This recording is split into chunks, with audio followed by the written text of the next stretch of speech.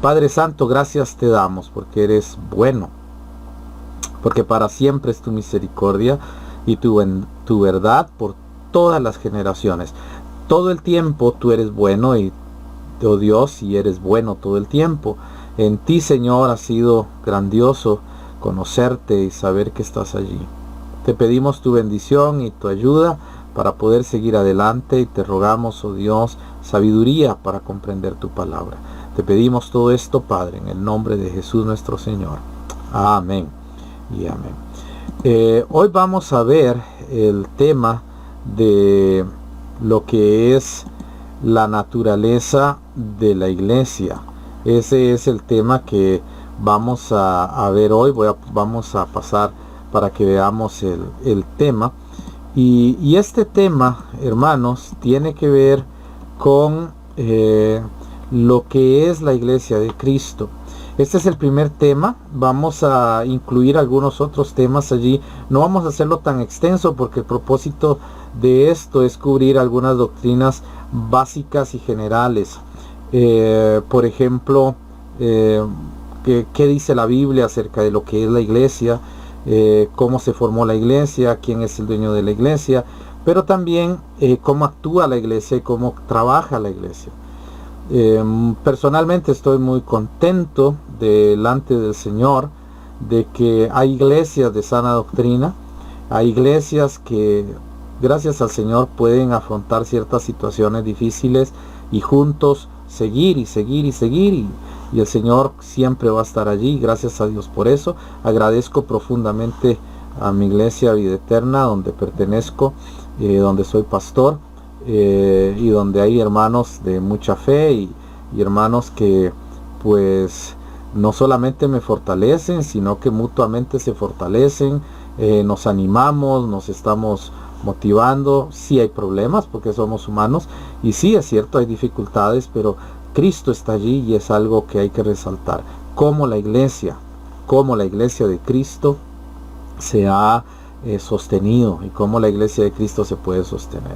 Así que vamos a ir viendo este tema tan importante, y vamos a tratar de ser muy específicos, ¿verdad? De ir punto por punto y poder acercarnos a la enseñanza bíblica de lo que es la naturaleza de la iglesia. Y lo que vamos a ver hoy, en parte, porque vamos a ver algunos otros aspectos, es acerca del término iglesia. Ese término aparece más de 100 veces en el Nuevo Testamento. No aparece en el Antiguo Testamento. En el Antiguo Testamento usted no va a encontrar en la Biblia el término iglesia. Existe la palabra congregación, que es una traducción del hebreo, para hablar de un grupo de personas reunidas, pero específicamente de Israel como nación, reunido en un lugar. El término iglesia que se usa en el Nuevo Testamento, la primera persona que lo usa en la Biblia, si hablamos de literatura o si hablamos de lingüística o si hablamos de historia, muchos van a decir que el término iglesia se usó incluso 500 años antes de Cristo, que en la versión de los 70, que en la versión griega de los 70, o en fin, van a decir un montón de cosas, pero a nosotros ahorita no nos interesa la parte histórica, aunque es muy buena, sino ver la parte bíblica. ¿Cuál es la primera persona que utiliza el término iglesia? La primera persona que lo utiliza es nuestro Señor Jesús, y nuestro Señor Jesucristo lo utiliza en Mateo 16. Por primera vez aparece en toda la Biblia el término iglesia y sale de la boca de nuestro glorioso Salvador, y Él dice que Él va a edificar su iglesia sobre sí mismo, y Él dice: sobre esta roca edificaré mi iglesia. Allí comienza, esa es la primera mención, y desde allí comienzan a surgir un montón de veces el término iglesia en la Biblia. Son más de 100 veces, en muchos versículos de la Biblia. El término griego regularmente se escribe con doble K. Usted lo ha visto tal vez en algunos lados, algunas iglesias lo han tomado para llamarse así, eclesía.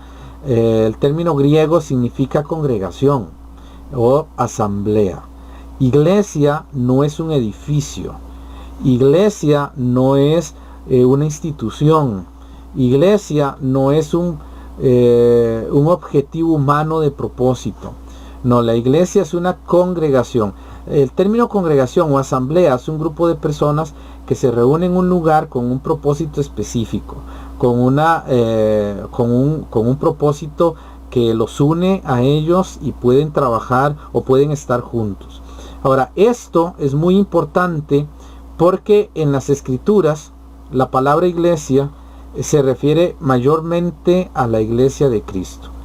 La Reina Valera 1960 y la 1909, incluso, o sea, la Reina Valera casi en general, algunas veces que aparece el término eclesía, no refiriéndose a la iglesia, sino a un grupo de personas determinado, optaron por poner el término concurrencia para evitar la confusión con el término iglesia, que se refiere a la iglesia de Cristo. Ahora, el Espíritu Santo eligió ese nombre. En Hechos capítulo 19 aparece 3 veces la palabra concurrencia en la Reina Valera 1960. Esa palabra es eclesía en griego. Pero en todos los demás casos del Nuevo Testamento sí se usa iglesia. ¿Por qué aquí se utilizó concurrencia? Porque si usted lee Hechos capítulo 19, no habla de la iglesia. Vamos a poner un ejemplo. La municipalidad X o el municipio tal convocó a una asamblea. Ven que así se llama, eclesía significa asamblea. Entonces el municipio llama una asamblea y vienen todos los del pueblo. Pero no es la iglesia de Cristo. Es una asamblea reunida, pero no es la iglesia de Cristo. Ahora, esto es importante que lo entendamos porque en la Biblia se va a utilizar el término iglesia específicamente refiriéndose a la iglesia de Jesús, donde está ubicada geográficamente hablando, literalmente hablando, localmente hablando, donde esté la iglesia reunida, ahí está la iglesia. Ahora, esto nos lleva a varias cosas en relación a este término, hermanos, una serie de circunstancias que vienen en relación a este término. Lo que vamos a ver es que se aplica de 2 maneras la palabra iglesia en la Biblia, y esas 2 maneras las tenemos que tener bien claritas en la cabeza para no confundirnos. Por ejemplo, hermanos, el caso de que tenemos la idea de la Iglesia Universal. Ustedes saben que ya hemos enseñado bastante eso, pero quiero tal vez tratar de enfatizar para ayudar a entender la diferencia, porque a veces es un poco difícil comprender por qué no creemos en la Iglesia Universal, pero sí creemos en que todos los creyentes están en la iglesia. Entonces a veces se hace como una confusión. Vamos a tratar de explicar eso. Hay 2 ideas básicas acerca de los seguidores de Jesús, y una es que cuando se usa el término iglesia, la primera opción, el primer uso, el uso primario de la palabra es siempre una congregación de santos en particular. Es decir, siempre que en la Biblia aparezca iglesia, habla de gente junta en un lugar. No habla del edificio. No es, como dijimos, un grupo de personas que tienen un objetivo de algo. No, la congregación es un grupo de personas que ha sido llamada por alguien, que ha sido redimida por alguien. Ese es el concepto de la iglesia de Cristo. Pero la primera opción o la primera idea bíblica es que cada vez que se habla de iglesia, se habla de una iglesia reunida. Hoy por la mañana tuvimos iglesia, todos estuvimos en la iglesia, y los hermanos que son de otras iglesias, ustedes si fueron a su iglesia, ustedes estuvieron en la iglesia. Ahora, si usted nos ve virtualmente ahorita, usted puede decir, yo soy la iglesia. Sí, usted es la iglesia, usted es parte de una iglesia, pero ahorita no estamos congregados. Usted me está viendo por internet, yo le estoy transmitiendo, pero yo estoy solo aquí. O sea, aquí no hay una iglesia ahorita. La iglesia tiene que estar reunida. Ese es el primer concepto. Es el concepto de la iglesia unida. Cuando usted se va, usted es la familia de Dios, es el hijo de Dios, es la hija de Dios, es el servidor de Dios. Pero cuando usted está fuera, usted no es iglesia. No creamos ese concepto raro y extraño de que cada creyente es iglesia. No es cierto, cada creyente no es iglesia. La iglesia, según la Biblia, es un grupo de personas que está congregada con un propósito. La segunda forma o la segunda idea que da el término iglesia es la idea de institución. Recuerdan que hablé de la municipalidad o del municipio. Yo puedo decir lo siguiente: la ley de la municipalidad, ¿cómo es? Y puedo hacer la pregunta: ¿cómo es la ley de la municipalidad? ¿Cuál va a ser la pregunta de la persona?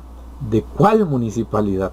Porque yo puedo usar el término municipalidad para referirme a la institución del Estado o a la institución de las municipalidades, pero que hay municipalidades independientes, ninguna se mezcla. Ahora, es lo mismo que el caso de matrimonio. Yo puedo decir, el matrimonio es una institución de Dios. Incluso puedo decir que el matrimonio es una institución divina, que el matrimonio le pertenece, Dios quiere que las personas vivan en matrimonio. Y yo puedo hablar mucho del matrimonio y del matrimonio, pero no existe un matrimonio universal. ¿Verdad que no sería lógico pensar en un matrimonio universal? ¿Cómo es el matrimonio? El matrimonio es de dos personas. El matrimonio es la única forma en que funciona. Un varón y una mujer son dos personas, eso es el matrimonio. Pero cuando yo hablo del matrimonio en general, cada quien aplica a su propia vida lo que quiere aplicar, y lo que no, pues no lo aplica, porque cada matrimonio es independiente. Esa es la forma cuando hablamos de institución. Por eso decimos que el matrimonio es una institución, por eso decimos que la municipalidad es una institución, por eso decimos que algunas funciones gubernamentales son instituciones, porque cada lugar tiene un poquito de diferencia en las leyes administrativas y funciones generales, porque no son lo mismo, o sea, no es una copia exacta, no son clones. Esa es la idea. En la escritura, la iglesia es una congregación de santos en particular, y también se menciona como una institución, cualquier iglesia. Ahora, no específicamente una en particular.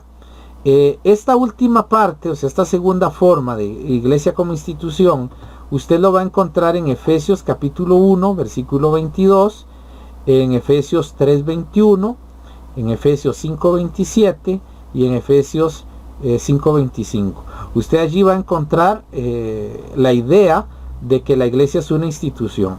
Por ejemplo, allí se usan frases como: lo dio por cabeza sobre todas las cosas a la iglesia.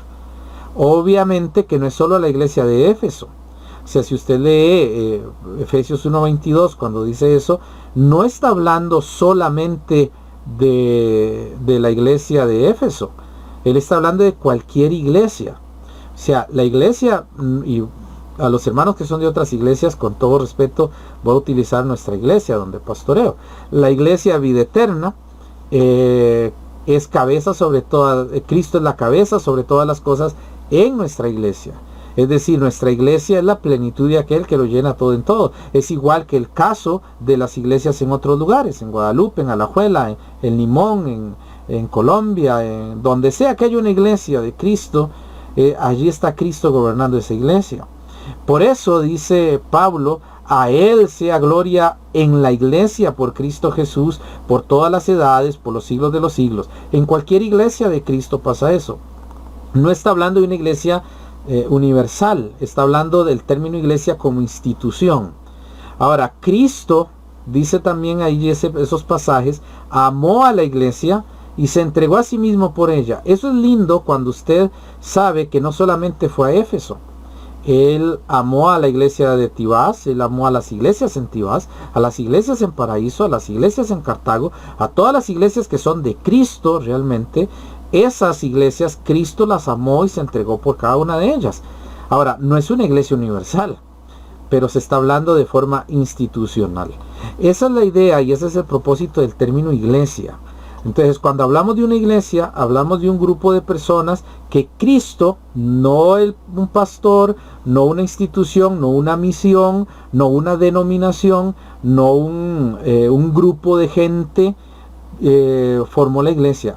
No, la Biblia cuando habla de que la iglesia está reunida, fue llamada, fue convocada, fue congregada, fue Cristo quien lo hizo, fue Cristo quien la unió, fue Cristo quien la colocó. La iglesia es de Jesucristo, por Jesucristo y para Jesucristo.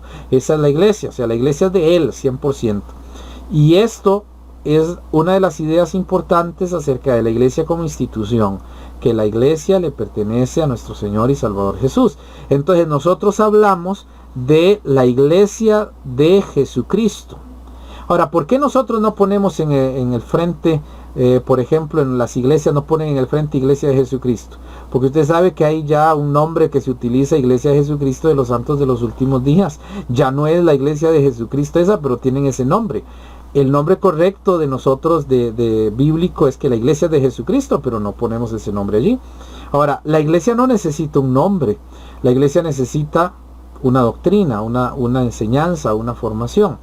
Y esto es importante. La iglesia tiene que ser llamada por Cristo, tiene que ser formada por Cristo, tiene que ser edificada por Cristo y tiene que ser sostenida por Cristo.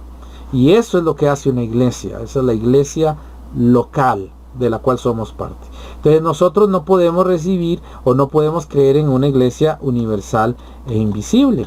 Cuando nosotros hablamos de la naturaleza de una iglesia, estamos hablando de algo muy interesante, de algo muy importante en nuestra vida. Vamos a ver primero lo que no significa la naturaleza de la iglesia y luego veremos qué significa la naturaleza de la iglesia. ¿Qué es lo que no significa? Bueno, los pasajes que hablan de los redimidos en conjunto, como Efesios 1:22, que habla de la iglesia como institución, o cuando la iglesia habla de todos los santos, y cuando la iglesia dice que somos de la familia de Dios, cuando él dice que todos somos de la familia de Dios, no se refieren a dos cosas. Primero, no se refieren al cuerpo universal e invisible de Cristo, como dicen algunas doctrinas, porque no funciona así.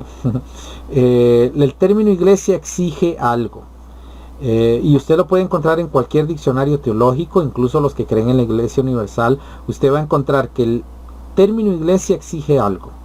Exige la presencia de individuos, exige la literalidad del lugar, una geografía física donde se puedan reunir, exige a alguien que los llame y los convoque, e exige un propósito mutuo para trabajar. Y en este último es donde me quiero fundamentar para decirles que no existe la iglesia universal, porque si usted va a una iglesia como la nuestra y usted llega a nuestra iglesia, usted ve nuestra doctrina, usted ve nuestro culto, usted ve nuestra forma de ser, y de allí usted pasa a otra iglesia pentecostal, o usted se va a una iglesia de los santos, o usted se va a una iglesia de los testigos, o usted ya no haya unidad allí. ¿Qué es lo que usted está encontrando allí? Muchas diferencias. ¿Y por qué usted está encontrando diferencias? Porque no hay un propósito común entre todas las iglesias. De hecho, usted puede ir a la misma denominación y se va a otra iglesia local y tienen otros propósitos y otros planes. ¿Por qué pasa eso? Porque no existe la iglesia universal. No es posible. Más adelante vamos a ver algunas cosas sobre la iglesia. Por ejemplo, usted, para que sea una iglesia, para que exista una iglesia, se deben recoger ofrendas.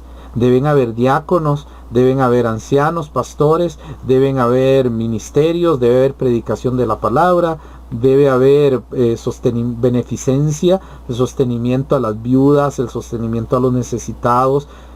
Eso no sucede en la iglesia universal. Usted no va a dar ofrendas a la iglesia universal. No sabemos dónde está el templo de la iglesia universal. La iglesia universal pueden decir que Cristo es el pastor, pero realmente, hermanos, el pastor de una iglesia es Cristo, y es Cristo el pastor de una iglesia local. No es de una iglesia así general, que la gente si quiere no va a ninguna iglesia porque Cristo es el pastor. Cristo es mi pastor, yo no necesito iglesia. No es lo que enseña la Biblia. Ahora, tampoco enseña un cuerpo místico. La palabra místico Es un término que se ha utilizado muchísimo en algunos círculos cristianos para hablar de un cuerpo espiritual invisible del cual todos somos parte. Pero en la Biblia no aparece eso. En la Biblia, cuando se habla de cuerpo de Cristo, que el que más lo utiliza es el apóstol Pablo, y específicamente en Primera de Corintios, que es donde utiliza mucho el término cuerpo místico, el apóstol Pablo tiene en mente y tienen una en consideración que cuando Pablo habla sobre el cuerpo, nunca le llama místico. Perdón si dije que Pablo lo llamaba místico. El cuerpo, Pablo nunca lo llama místico. Pablo le llama el cuerpo de Cristo que está en Corinto. O vosotros sois el cuerpo de Cristo. 1 Corintios 12, 27. Vosotros sois el cuerpo de Cristo. Les está diciendo a los corintios. Es decir, el cuerpo es físico. Cuando usted llega un domingo en la mañana o un domingo en la tarde, si tiene culto en la tarde, o si usted llega a un culto de oración, si tiene ya el culto de oración, y usted se reúne, usted está en la iglesia de Cristo, ¿ok? Ahora, no estoy diciendo que ahorita no vale, no, sí está bien. Lo que me estoy refiriendo es que yo no puedo hablar con ustedes, no tengo comunión con ustedes, les estoy hablando por medio de la cámara, ustedes me están escuchando, pero sucede que algunos de ustedes pueda que estén cocinando ahorita, puede ser que estén leyendo un libro, o mientras me están escuchando están viendo alguna cosa en televisión, o revisando algo en el computador, o quizás están haciendo algún trabajo que era necesario, o están descansando, porque no, y no está mal lo que están haciendo, no es que está mal eso, lo que estoy diciendo es que no está la comunión. Al terminar la transmisión se cortó todo. Pero cuando usted llega a la iglesia, usted no solo mira a la gente a los ojos, usted no solo los oye hablar, usted no solo sonríe con ellos, usted no solo habla con ellos, usted está recibiendo compañerismo. Usted afronta, aprende a vivir con ellos un montón de situaciones, ¿verdad? Un montón de circunstancias. Y usted empieza a formar una familia. Eso es la iglesia. No puede ser mística, invisible. La iglesia invisible hace invisible al que va a esa iglesia. Realmente los cristianos pierden el valor de la iglesia local. Si usted no tiene una iglesia, y si usted no asiste a una iglesia, usted, hermano, no es miembro de la iglesia de Cristo. Y aunque es miembro de la familia de Dios, usted no tiene iglesia. Es que la iglesia son tantos problemas, es que la iglesia está llena de hipócritas, es que la iglesia hay tanta gente acá, es que la iglesia esto, es que la iglesia aquello, es que piden tanto, es que exigen tanto, y nos quejamos de la iglesia, pero si yo no estoy en la iglesia, yo no soy miembro de la iglesia.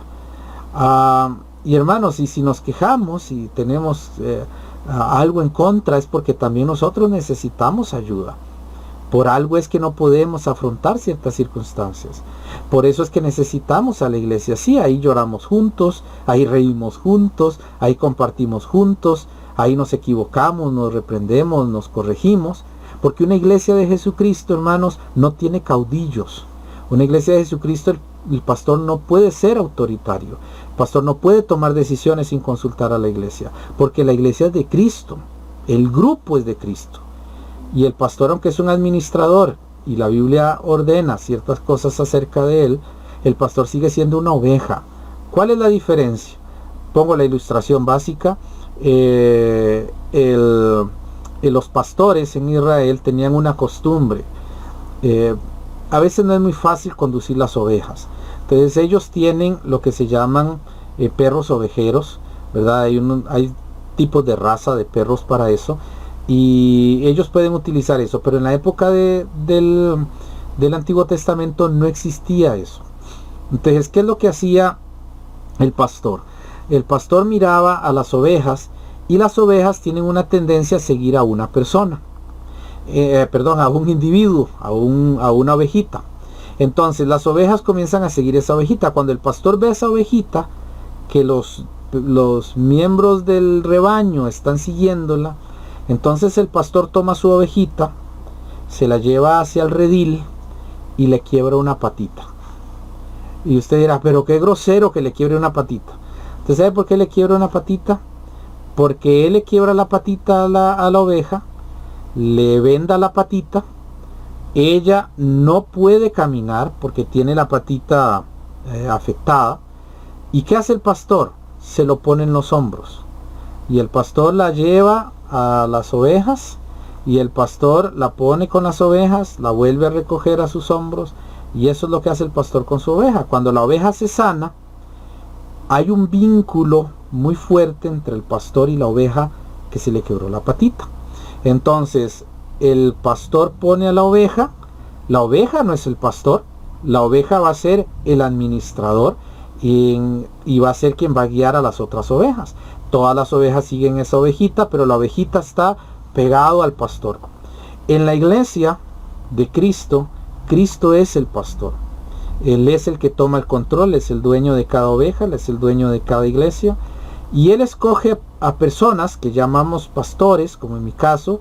Ustedes dicen el hermano pastor porque hacemos una función pastoral, como dice 1 de Pedro 5, pero Pablo dice que hay un pastor de pastores. Pedro, ese pastor de pastores es Jesucristo. Nos hace pasar por momentos bien amargos y difíciles, y él nos enseña a caminar detrás de él. Y cuando aprendemos a hacerlo, sabemos que no somos como Jesús, somos igual a todas las ovejitas, solo que hay un cargo para llevar. Ese es el cuerpo de Cristo. En el cuerpo de Cristo todos somos iguales, todos tenemos las mismas autoridades, la misma dignidad, tenemos la misma honradez. Hay diferentes autoridades, pero no significa que haya dominio, no debe haberlo, y tenemos que ir aprendiendo a caminar juntos. Por eso cuando hablamos de cuerpo universal o de iglesia universal, estamos atrayendo algo del catolicismo, porque en el catolicismo ese término se usa para la iglesia visible. Lo que pasa es que en la Reforma, como ya habían sido expulsados de la iglesia visible, lo inventaron en iglesia invisible. Pero para los católicos, la palabra católico significa universal. Entonces, cuando ellos hablan de la Santa Iglesia Católica, Apostólica y Romana, ellos dicen que es católica. Las iglesias ortodoxas griegas, que hay muchas en Rusia, por esos lados, ellos son iglesias católicas ortodoxas. Es decir, siguen siendo iglesias universales. Tienen un papa, que significa padre, tienen una persona que los guía, y todas las iglesias hacen exactamente lo que la cabeza dice. Eso es una iglesia universal. Nosotros no somos iglesia universal porque las iglesias son independientes. Las escrituras no revelan ni enseñan una doctrina de ese tipo. Ahora, otra cosa que queremos ver es lo que sí significa la naturaleza de la iglesia. Los pasajes que hablan de los redimidos en conjunto, que sí dicen algo sobre la iglesia, sobre la naturaleza. En primer lugar, cuando se habla de los santos, la Biblia dice a los santos que están en Éfeso, por ejemplo, o a los santos de Tesalónica. Recuerden la figura que hemos empleado en algunas ocasiones. Si yo tomo solo un lugar, Éfeso era una ciudad muy grande, muy grande era, y creo, es una de las ciudades más grandes de la época. Y quizás podría ser, pongamos un ejemplo, digamos que San José, algo similar, no creo que sea igual, pero algo parecido. En San José, ¿cuántos pueblos hay adentro? ¿Y cuántas iglesias tiene? Entonces, cuando Pablo decía a los santos de Éfeso, se refería prácticamente a todas las iglesias que estaban allí, y él lo hacía de esa forma. Entonces, él se refería a la iglesia como un organismo, no como una iglesia local, sino como un organismo. Él estaba hablando de la institución de la iglesia, que estaba institucionada, que estaba colocada para que hiciera una función cada iglesia local, ¿verdad? Pero él lo hablaba en manera general, incluyendo a todos. Entonces tenemos en concepto que cuando se habla de los santos, Pablo piensa en primer lugar en la iglesia local a la cual le dirige la carta, pero en segundo lugar a las diferentes iglesias locales que están en otros lugares. Eso también lo hizo nuestro Señor y Salvador Jesucristo. A eso se refería. Entonces, siempre que el término se aplica a los seguidores de Cristo, la palabra iglesia se refiere a uno de esos dos términos. Se va a referir ya sea a la iglesia como organización, como institución, o se va a referir a una iglesia local. Usted tiene una iglesia local. Usted es miembro de una iglesia local, y usted debe apoyar esa iglesia local donde quiera que esté, porque usted es parte de ese cuerpo, usted es parte de esa familia allí, y las cosas buenas como las cosas malas que vengan hay que afrontarlos como familia y sostenernos, afianzarnos, motivarnos y seguir adelante, porque eso es parte de lo que hace que una iglesia funcione. Ahora, ¿por qué hablamos de misiones o por qué hablamos de evangelismo? Porque una iglesia es igual a una familia, ¿no es cierto? Ahora, es igual a un rebaño. Somos ovejas todos. Todos somos ovejas con un amante pastor llamado Jesucristo que nos guía y que ahí tiene a su ovejita, que él va a varias ovejitas, porque en las iglesias no solo está el pastor, tenemos maestros, tenemos diáconos, tenemos un montón de ovejitas que él ha escogido para guiar a su rebaño, y nosotros vamos ahí con todos ellos, ¿verdad? Y podemos servir igual, o sea, no es necesario ser una ovejita perniquebrada. Nosotros podemos servir a Dios aunque no nos haya pasado eso. El Señor nos puede utilizar. Usted no se quede esperando a ver si llego a hacer algo en la iglesia. Dios lo ha puesto para que sea de bendición, pero todos vamos caminando allí como una iglesia unida, como el cuerpo de Cristo. Y usted en su iglesia, usted tiene que unirse cada vez más, tiene que trabajar muy cerca de sus hermanos, usted tiene que trabajar muy cerca de los líderes de la iglesia, de los que les administran, de los pastores, de los diáconos.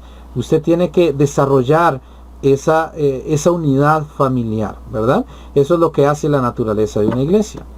Ahora, esto viene a un tema bastante interesante que en muchas ocasiones pasamos desapercibidos, hermanos, y es un tema no muy complicado, pero que es importante, y es acerca de los requisitos ceremoniales para la membresía en la iglesia. Hay dos tipos de requisitos. Está el requisito ceremonial y está el requisito bíblico. O sea, el hecho que sea ceremonial no significa que no sea bíblico, la Biblia lo ordena, pero es un requisito ceremonial. Los requisitos ceremoniales para poder tener una membresía o ser miembros de una iglesia son varios. Entonces, por ejemplo, hay varios aspectos o puntos que tenemos que ver en cuanto a lo que es el acto ceremonial para la membresía en la iglesia local. Yo no me hago miembro de una iglesia universal, me hago miembro de una iglesia local. Ahora, esto viene el primer punto. El primer punto es que no hay iglesia local de Jesucristo visible si sus miembros no están debidamente bautizados. O sea, yo no puedo fundar una iglesia, ni usted, ni ninguna iglesia, nuestra iglesia o otra iglesia no puede fundar una iglesia con personas no bautizadas. Es necesario que estén bautizados. Vamos a verlo más adelante en unos pasajes, si nos da el tiempo, ya el tiempo voló, pero si podemos verlo, usted no puede empezar una iglesia sin gente sin bautizar. ¿Por qué? Porque ese es el primer requisito de Dios, es el primer mandamiento a cumplir. Pedro dijo en la predicación de Hechos capítulo 2, arrepiéntanse de sus pecados y bautícese cada uno en el nombre del Señor Jesucristo. Es decir, el bautismo sigue a la salvación, y cuando yo me salvo, me quiero bautizar. El bautismo no salva a nadie, pero el bautismo es el requisito de la salvación. Y eso es algo esencial. Ahora, esto es muy importante porque si no estamos debidamente bautizados, no podemos ser miembros de la iglesia del Señor. Ahora, la membresía de la iglesia, estamos hablando aquí no de la membresía general que apuntamos en un librito y todos estamos ahí en un librito. Estamos hablando de la membresía espiritual doctrinal, que es lo que me hace miembro real de la iglesia de Jesucristo. Comparto mi fe en Jesucristo, me he arrepentido de mis pecados, creo en las doctrinas básicas. Más adelante vamos a ver lo de la cena del Señor, pero yo no puedo compartir la cena si voy a otra iglesia donde no he tenido comunión como hermano. Yo puedo ir a una iglesia de la misma fe y orden, y puedo llegar a una iglesia que sea casi un clon de la nuestra, y yo entro allí y yo quiero participar de la cena. No puedo, yo soy bautizado, pero yo no puedo porque no soy miembro. ¿Por qué no puedo tomarla? Porque no tengo comunión. O sea, no hay comunión, y la cena del Señor es comunión con una iglesia. Y yo llego a una iglesia de visita, no tengo comunión. Yo no puedo participar de la cena del Señor si no tengo comunión. Eso es uno de los puntos. Hay un montón de puntos por los cuales no se comparte la cena con otras personas. Y como decíamos, hermanos, en la mañana acerca de los distintivos, uno de los distintivos esenciales es que respetar la comunidad de la iglesia local es fundamental en todo lo que es el desarrollo de una iglesia local. Entonces yo no puedo, hermanos, tratar de participar de la comunión de una iglesia donde no soy miembro. Entonces, para hacerme miembro tengo que mandar una carta. Eso lo vamos a ver más adelante. Pero la forma en que yo me hago miembro de una iglesia o me haría miembro de una iglesia, cuál es el procedimiento a llevar, lo de la carta, lo de testimonio, etcétera. Eso hay requisitos bíblicos. Para yo poder bautizarme, yo necesito acatar los requisitos de la Biblia. Yo necesito hacer eso. Y para establecer o fundar una iglesia nueva, como hemos estado insistiendo en Vida Eterna, de iniciar una obra, estamos orando por eso, estamos rogándole a Dios que nos abra puertas, queremos abrir puertas queremos empezar una iglesia donde el Señor abra puertas. Nosotros necesitamos enviar gente bautizada, gente sujeta a la iglesia, gente que es enviada por la iglesia. No podemos enviar a alguien de muy buen corazón y de muy buena disposición si no está bautizado, porque no ha cumplido el primer mandamiento. ¿Cómo esperamos que todo lo demás salga bien? La iglesia tiene que tener un orden. En su naturaleza, la iglesia debe tener un orden. Y para enviar a alguien a predicar el evangelio, para empezar una obra, tiene que ser alguien que está debidamente bautizado, que está oficialmente aceptado como miembro y que tiene la aprobación de toda la iglesia para ser enviado. El pastor no envía a nadie. El pastor no puede enviar a un misionero. El pastor no puede hacer eso. Eso lo hace la iglesia. La iglesia reconoce el ministerio de alguien y lo envía. Por eso es tan importante poder saber cómo se hace la ceremonia del bautismo, ¿verdad? Y cómo podemos manejar eso. Una de las cosas, hermanos, en cuanto a la ceremonia, es que es necesario que el candidato, la persona que se va a bautizar, pueda entender y comprender primero que debe bautizarse para pertenecer a una iglesia del Nuevo Testamento. ¿Por qué? Ahora, si usted ya se bautizó adecuadamente, recuerden que hay 3 requisitos: sujeto correcto, método correcto y autoridad correcta. Ahora, usted puede añadir más requisitos, pero esos son básicos. Si usted se bautizó correctamente y usted hizo el método correcto, pero no tiene la autoridad correcta o le falta una de los 3 requisitos, tiene que bautizarse correctamente. Pero si usted tiene los 3, lo que se pide es una carta de recomendación, la iglesia, y entonces la iglesia lee la carta, usted se tiene que entrevistar con el pastor. Después de eso el pastor lo va a llevar a los ministerios o lo va a llevar a lo que continúe, dependiendo cómo la iglesia esté organizada, y después de eso va a ser presentado ante la iglesia y la iglesia tiene que decir si aceptamos que él sea miembro. Es la única manera de poder recibirlo, porque podemos hacer todo el procedimiento con el pastor, toda la situación, los requisitos, pero si la iglesia no vota a favor, no podemos hacerlo miembro, porque es la iglesia la que recibe o la que rechaza. Hechos 2:41 nos dice: así que los que recibieron su palabra, ¿qué hicieron? Fueron bautizados y fueron añadidas a ellos aquel día como 3,000 personas. Volvemos a leerlo. Así que los que recibieron su palabra, la palabra de Pedro, la palabra de Dios, que Pedro predicó sobre la Biblia, fueron bautizados porque se convirtieron a Cristo. Ahora, ¿dónde fueron añadidas? A ellos.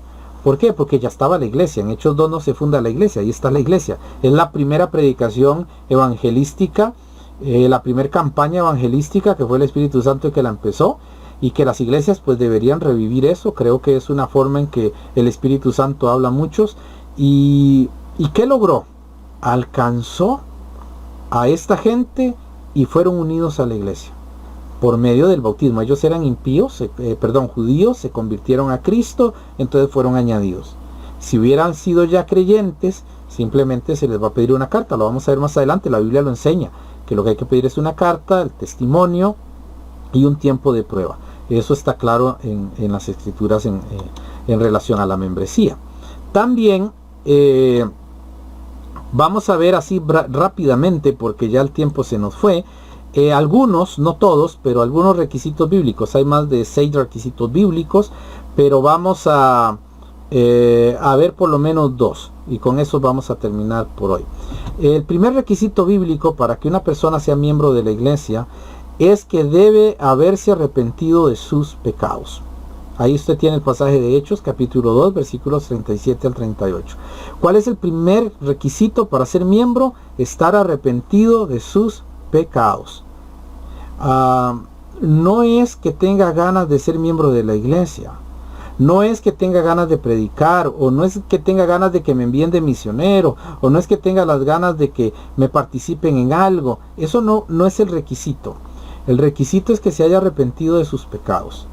Por eso, cuando viene otra persona de otra iglesia, les pedimos una cartita. Si no hay cartita, entonces es un tiempo de prueba. Se entrevistan con el pastor, se entrevistan con los hermanos, los van conociendo, porque necesitamos estar seguros que se han arrepentido de sus pecados, que conocen la salvación, que realmente son salvos, para poder recibirlos como miembros. Por eso Hechos 2, 37 al 38 dice que al oír esto se compungieron, ese sentimiento profundo de culpa, de necesidad, de anhelo de ser salvados, se compungieron de corazón y dijeron a Pedro y a los otros apóstoles: varones hermanos, ¿qué haremos? Ellos querían saber, estaban arrepentidos. Eso es lo que significa la palabra compungir, el verbo, estaban realmente arrepentidos.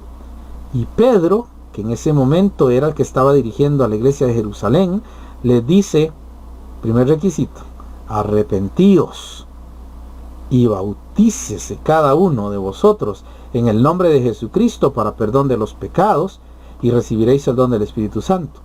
Observe que dice arrepentíos y bautícese cada uno de vosotros en el nombre de Jesucristo para perdón de pecados. Algunos creen que es el bautismo el que perdona pecados, pero si usted ve bien la frase, arrepentíos y bautícese están juntos. Y está hablando, aunque hay una coma en el verso de la Reina Valera, en el griego no existe, es arrepentidos y bautícese, o sea, son dos acciones en una.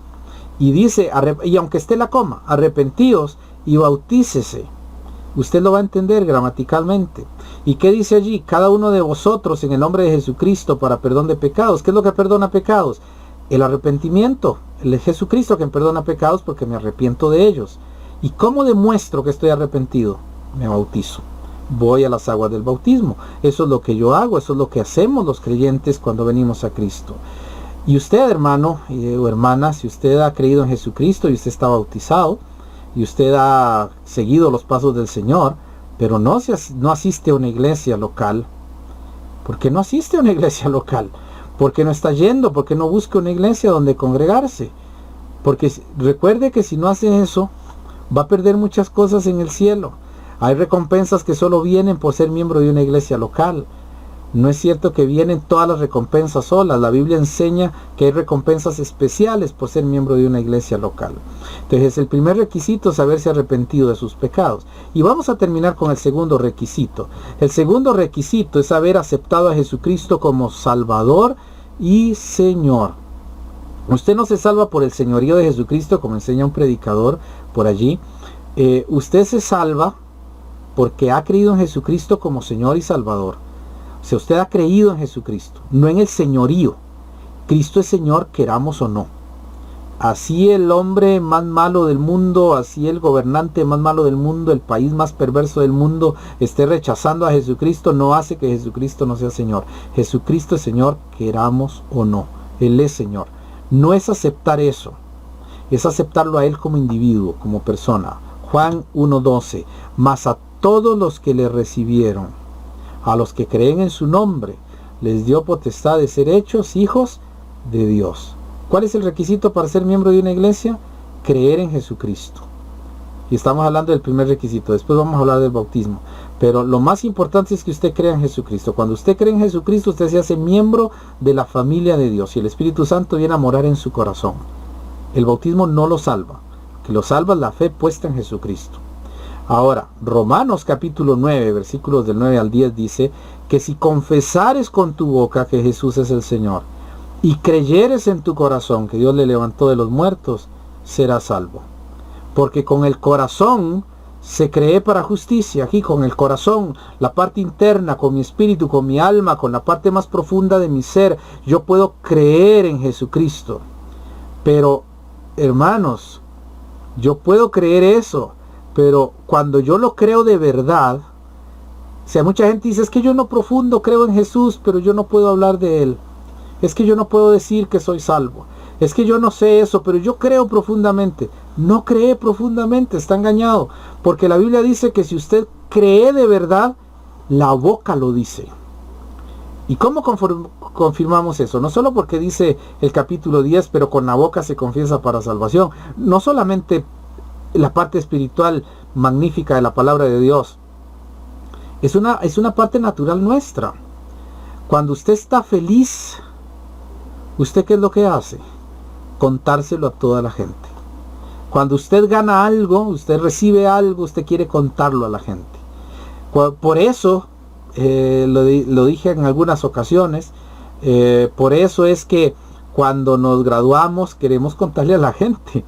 No porque nos hace mejores, sino porque la alegría del corazón de que tengo algo, quiero compartirlo con la gente. Y por eso nuestras sociedades tienen grandes eventos para las graduaciones de fin de año, tienen grandes eventos para algunas cosas. Si un hijo se fue lejos y viene, los padres de familia al saber que vienen, llama a todos los vecinos y quiere hacer una fiesta porque viene su hijo y quiere comunicarlo. Eso sucede cuando uno cree en Jesucristo, lo confiesa con su boca. Dice la Biblia en el verso 11, pues la Escritura dice, todo aquel que en Él creyere no será avergonzado. ¿Ha creído usted en Jesucristo como Señor y Salvador? ¿Ha venido usted a los pies de Jesús? Yo espero que sí, que usted tenga a Jesucristo. Yo sé que muchos de ustedes lo tienen, porque los conozco y porque sé el testimonio que han dado. Pero si hay una pequeña duda acerca de lo que Cristo ha hecho en su vida, hoy es el momento aceptable para creer en Él. Y usted cree en Jesucristo y usted se hace miembro de la familia de Dios. Más adelante les voy a explicar la diferencia entre familia de Dios e iglesia de Cristo. Son dos términos muy diferentes y los vamos a explicar. Y Dios quiere que usted, siervo del Señor, hijo de Dios, hija de Dios, usted sea miembro de una iglesia local. Si usted vive en el lugar donde usted está viviendo, donde usted vive ahora, si ahí hay una iglesia, asista a ella.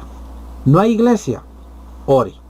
Ore al Señor, comuníquese con una iglesia de sana doctrina. Si está lejos, comuníquese con ella, manténgase en contacto con la iglesia. Trate por lo menos una vez o cada 2 veces, o no sé, cuando pueda llegar a visitar a la iglesia, esa iglesia de sana doctrina, y comiencen a orar todos juntos para que Dios abra un lugar donde usted vive. Probablemente usted mismo puede ser el canal para poder empezar una obra, y Dios lo tiene de esa forma, con ese propósito. Así que si usted no tiene iglesia local, primero empiece orando. Pero usted necesita una iglesia local, así que usted tiene que buscar la iglesia local y usted tiene que reunirse con los hermanos. Usted lo necesita. Dios quiere que usted lo haga. Por lo menos una vez que comparta con los hermanos y que ellos puedan conocer y que ellos puedan motivarse para ir a predicar el Evangelio.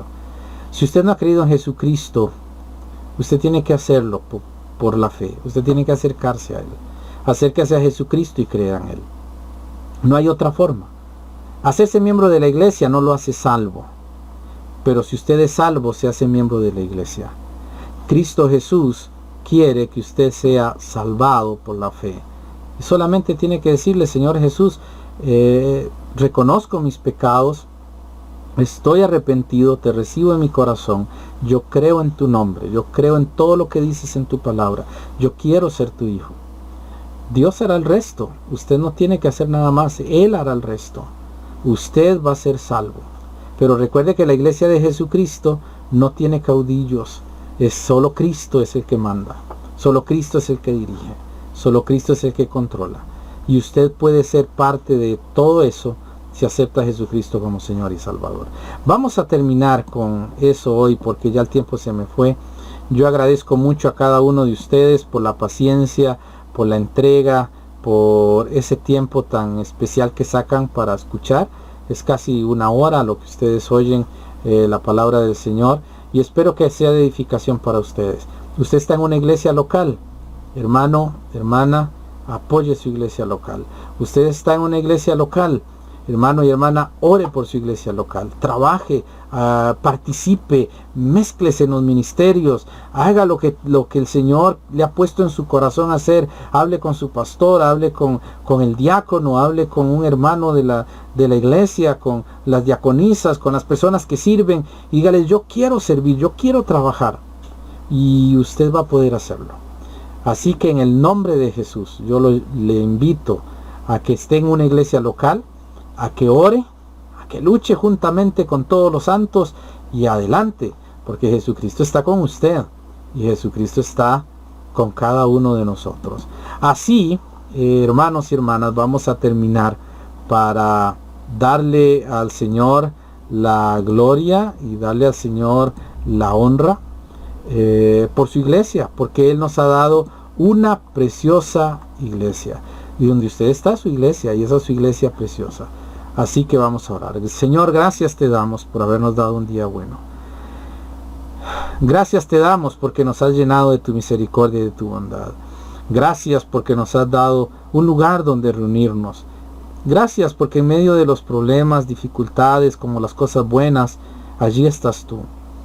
Te rogamos por los hermanos que se van de nuestras iglesias, por los hermanos que por motivos de cualquier índole se han ido. Bendícelos donde están. Llénalos de ti. Guárdalos, Señor, guíales sus corazones y mentes. Haz que tú seas glorificado en sus vidas, y que nosotros nunca dejemos de orar por aquellas personas que fueron parte de nuestra historia, que fueron parte de nuestra vida como iglesia. Y Señor, que las amistades no se rompan, sino que siga habiendo comunicación y comunión como hermanos. Y ojalá, oh Dios, que todos los hermanos, todos los hijos tuyos, puedan reunirse en una iglesia local donde se sientan bien, donde puedan crecer y desarrollarse, y donde puedan ejercer el ministerio para tu gloria. Te pedimos esto en el nombre glorioso de Jesús. Amén y amén. Muchísimas gracias, hermanos, por el momento que estuvieron. Así que quedamos despedidos, y que el Señor me los bendiga. Recuerden que Jesús vive, y Jesús es el que nos guía aún más allá de la muerte.